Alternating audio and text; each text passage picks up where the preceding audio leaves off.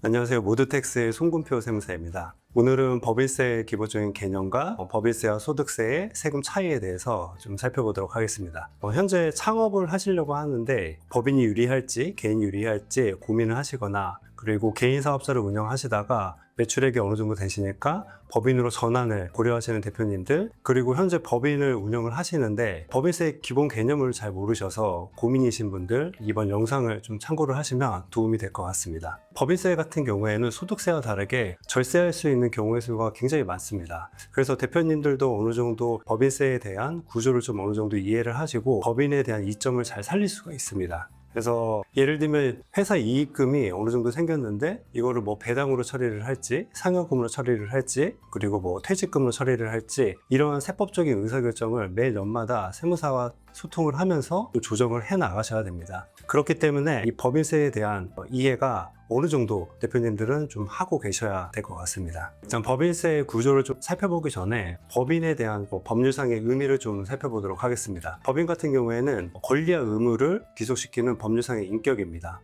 그렇기 때문에 회계학적 용어로 설명을 드리면 수익과 비용을 귀속시키는 법률상의 인격이라고 보시면 될 것 같습니다. 그래서 법인을 설립하시고 운영을 하시게 되면 일단은 법인의 수익과 비용을 귀속을 시키고요. 그 다음 3법에 따른 절차에 따라서 대표님들이 뭐 배당이라든지 상여라든지 이런 여러 가지 방법을 통해서 절차에 따라서 돈을 가져가시면 됩니다. 그리고 대표님들이 약간 오해하고 계시는 부분이 뭐냐면 법인 세율이 소득세율보다 낮으니까 법인세가 유리하다라고 생각을 하시는 분들이 많은데, 사실 법인세는 중요하지 않습니다. 왜냐하면 법인의 수익과 비용이 귀속이 되고 법인세가 과세되면은요, 그 다음 이익금을 대표님이 가져가실 때 또다시 소득세가 부과됩니다. 그리고 나서 소득세를 다 떼고 대표님이 가져가야 될 가처분 소득이 중요한 거지, 법인의 가처분 소득이 중요한 게 아닙니다. 법인세는 법인의 가처분 소득을 변화시킬 뿐이고요. 그렇기 때문에 개인의 가처분 소득, 법인세는 중요하지 않고 개인의 가처분 소득이 중요하고, 그러면 이게 이중과세가 아니냐라고 생각이 드실 수도 있는데, 법인 같은 경우에는 만약에 제가 조금 이따가 다시 말씀드리겠지만 급여로 이익금을 가져간다고 하시면 비용 처리가 돼서 법인세는 나오지 않고요. 그걸 배당으로 가져가게 되면 배당세액공제라는 이중과세 조정을 통해서 법인세가 다 취소가 됩니다.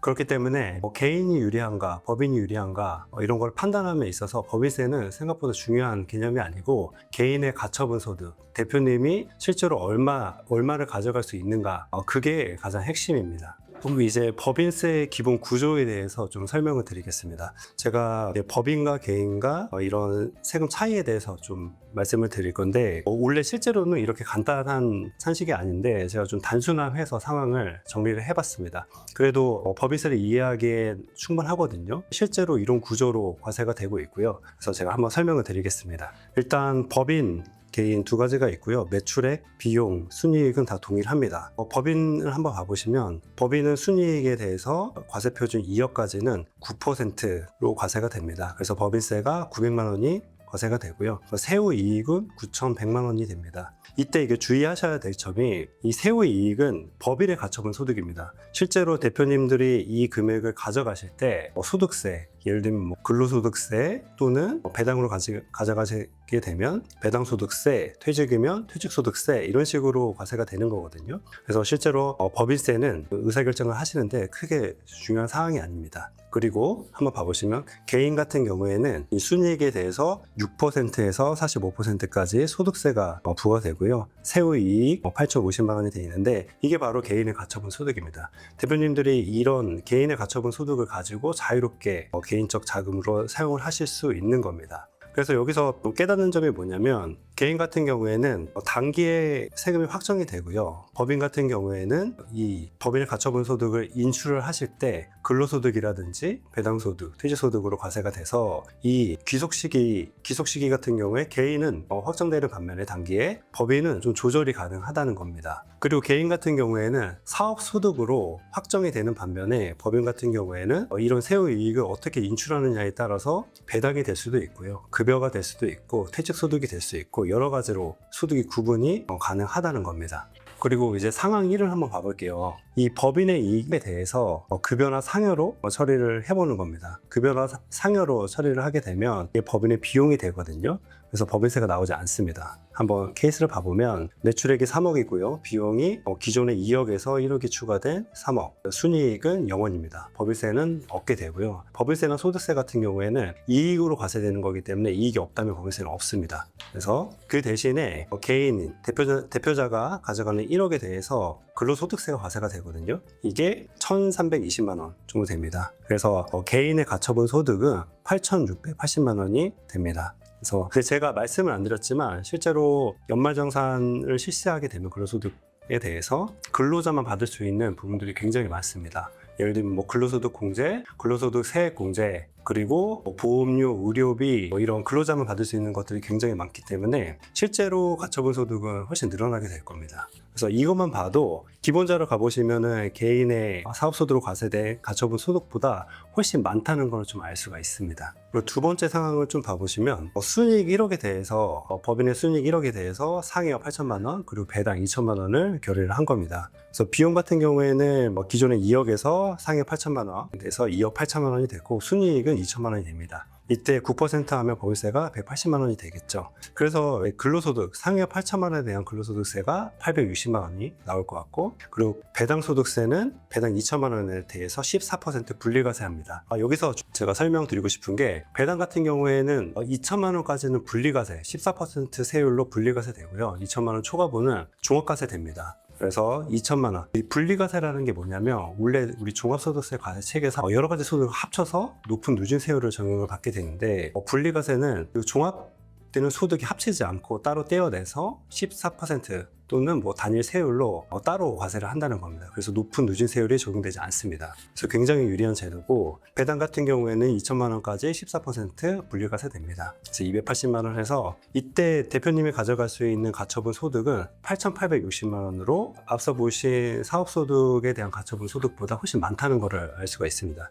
그래서 여기서 조금 깨달은 점이 뭐냐면, 개인 같은 경우에는 소득이 사업소득으로 확정되어 있습니다. 그런데 법인 같은 경우에는 근로소득이라든지 배당소득, 퇴직소득 여러 가지로 좀 분산해서 가져갈 수 있기 때문에 이런 생감면 효과가 굉장히 큽니다. 근로소득 같은 경우에는 근로소득 공제나 근로소득 세액 공제가 있고요. 배당소득 같은 경우에는 2천만 원까지 분리과세가 되고, 퇴직소득 같은 경우에는 되게 적은 세금으로 부과됩니다. 그렇기 때문에 개인 세금보다는 좀 여러 가지 소득을 분산시켜서 절세 효과를 높일 수가 있습니다. 그리고 세 번째 상황은 법인의 이 순이익에 대해서 상여 5천만 원 그리고 배당 5천만 원을 결의를 한 겁니다. 그래서 비용은 2억 5천이 되고요. 순이익은 5천만 원, 법인세는 450만 원이 됩니다. 이때 배당 같은 경우는 2천만 원까지 분리과세가 되고 3천만 원은 종합과세가 됩니다. 그래서 상여 5천만 원에 3천만 원을 더한 이 8천만 원에 대한 종합소득세가 1천만 원이 나오게 되고요. 그리고 배당소득세가 2천만 원까지 분리과세니까 280만 원이 나오게 됩니다. 그렇기 때문에 실제로 이 법인세 자체는 어차피 나중에 이익금을 다 처분하게 되면 법인세 자체는 다 조정이 됩니다. 이중과세 되지 않게. 그래서 어떤 법인이냐 개인이냐 이런 의사결정을 하실 때는 법인세는 중요하지 않습니다. 그래서 여기서 알 수 있는 법인의 장점을 좀 설명을 드리도록 하겠습니다. 일단 소득의 구분 같은 경우에는 개인 사업자 같은 경우에 사업소득으로 하나로 확정이 됐고요. 근데 법인 같은 경우에는 어떤 소득으로 인출을 하느냐에 따라서 과세 구분이 좀 달라졌습니다. 예를 들면 상여나 급여로 가져가게 되는 경우에 근로소득으로 과세가 되고, 배당으로 가져가게 되는 경우에는 배당소득으로, 퇴직소득으로 가져가는 경우에는 퇴직소득으로 과세가 된다는 점 알 수가 있었고요. 이렇게 소득의 구분을 여러 가지로 하는 것이 세금의 절감, 절세 효과가 굉장히 좋다라고 보시면 될 것 같습니다. 왜냐하면 근로소득 같은 경우에는 근로소득 공제, 근로소득 세액 공제, 근로소득자 많이 받을 수 있는 여러 가지 혜택들이 있고요. 배당소득세 같은 경우에는 2천만 원까지 단일 세율로 분리과세가 되고요. 퇴직소득은 세금이 적게 나온다라고 보시면 될 것 같습니다. 그리고 귀속시기 같은 경우에도 개인 사업자 같은 경우에는 단기 세금이 확정이 됐는데, 법인 같은 경우에는 그 인출 시점을 좀 달리할 수가 있거든요. 결의 시점을. 그렇기 때문에 높은 누진율이 적용되는 그런 해를 좀 피해서 다른 해에 금액을 좀 인출을 하셔서 누진 세율을 약간은 피할 수가 있습니다. 그래서 보시면 개인 같은 경우에 세금을 줄일 수 있는 방법이 수익을 줄이거나 비용을 높이는 예를 들면 매출 누락이나 가공 경비를 계상하는 그런 부분밖에 생각을 해볼 수가 없는데, 법인 같은 경우에는 좀 합법적인 방법으로 절세가 가능한 겁니다. 그래서 법인을 잘 이용을 하시려면 이런 법인세의 기본적인 구조를 대표님들도 어느 정도 이해를 하시고 매년 세무사와 좀 소통을 하시면서 세무적인 판단을 좀 하셔야 됩니다. 그래야 법인세가 절감이 되고요. 법인을 설립하고 그냥 가만히 내비둔다고 해서 법인세가 자동적으로 절세가 되거나 이러진 않습니다. 그래서 항상 공부를 하시고 어느 정도는 전문가 수준까지는 아니더라도 어느 정도 이해는 하셔야 됩니다. 물론 제가 방금 설명드린 예시가 소득의 구분이라든지 귀속 시기라든지 이런 것들을 마음대로 결정할 수 있는 건 아닙니다. 소득의 구분 같은 것도 다 정해져 있고요. 그러나 소규모 법인인 대표자가 주주인 법인 같은 경우에는 정관이나 주주의 결의서, 이사의 결의서 이런 것들이 다 수정이 가능하기 때문에 실질적으로 다 선택이 가능한 부분이라고 보시면 될 것 같습니다. 그리고 4대 보험 같은 경우에는 물론 법인 같은 경우에 급여를 낮게 설정을 해서 4대 보험을 좀 낮게 가져갈 수 있긴 합니다. 그런데 개인의 가처분 소득이 좀 이렇게 많이 가져가셔야 될 대표님 같은 경우에는 예를 들면 주택자금이 필요하신다거나 그런 대표님 같은 경우 대표자의 급여를 높일 수밖에 없거든요. 그렇게 되면은 4대 보험은 높아지게 되고요. 그리고 배당으로 가져가게 되신다면 배당 같은 경우에는 2천만 원까지는 추가적인 소득 월액 보험료가 나오진 않지만 그 초과하는 부분, 2천만 원 초과하는 부분에 대해서 소득 월액 보험료라고 해서 건강보험료가 추가로 나옵니다. 그래서 개인 지역가입자 크게 다를 바는 없다고 생각이 듭니다. 그리고 세법에는 소규모 사업자들을 위한 혜택들이 굉장히 많습니다. 예를 들면 단순경비일 대상자, 간편장부 대상자 이거 소득세법상 혜택이거든요. 여기에 해당되면 소득세가 굉장히 적게 나옵니다. 그렇기 때문에 굳이 법인 전환을 하실 필요는 없고 매출액이 어느 정도 이상이 되면은 법인 전환을 하시는 게 좋습니다. 그리고 부가가치세법상 신용카드 등 발행 세액공제라고 해서 이게 1년간 약 1,000만 원 정도 부가세 공제가 가능하거든요. 그런데 이게 법인은 안 됩니다. 법인은 안 되고 그리고 개인도 매출액이 10억을 초과하는 개인은 안 됩니다. 그리고 또 제조업이나 그리고 도매업 같이 중간 업자들은 안 되고요. 최종 소비자를 목적으로 하는 미용실이나 식당 이런 데만 가능하거든요. 그렇기 때문에 이 신용카드 발행 세액공제를 적용이 지금 현재 가능하시다고 하시면 이게 좀 매출액이 어느 정도 10억 이상이 초과가 됐을 때 법인 전환을 고려를 해보시는 게 좋습니다. 그리고 주세특례 제한법상 창업 중소기업 세액 감면 그리고 고용증대 세액 공제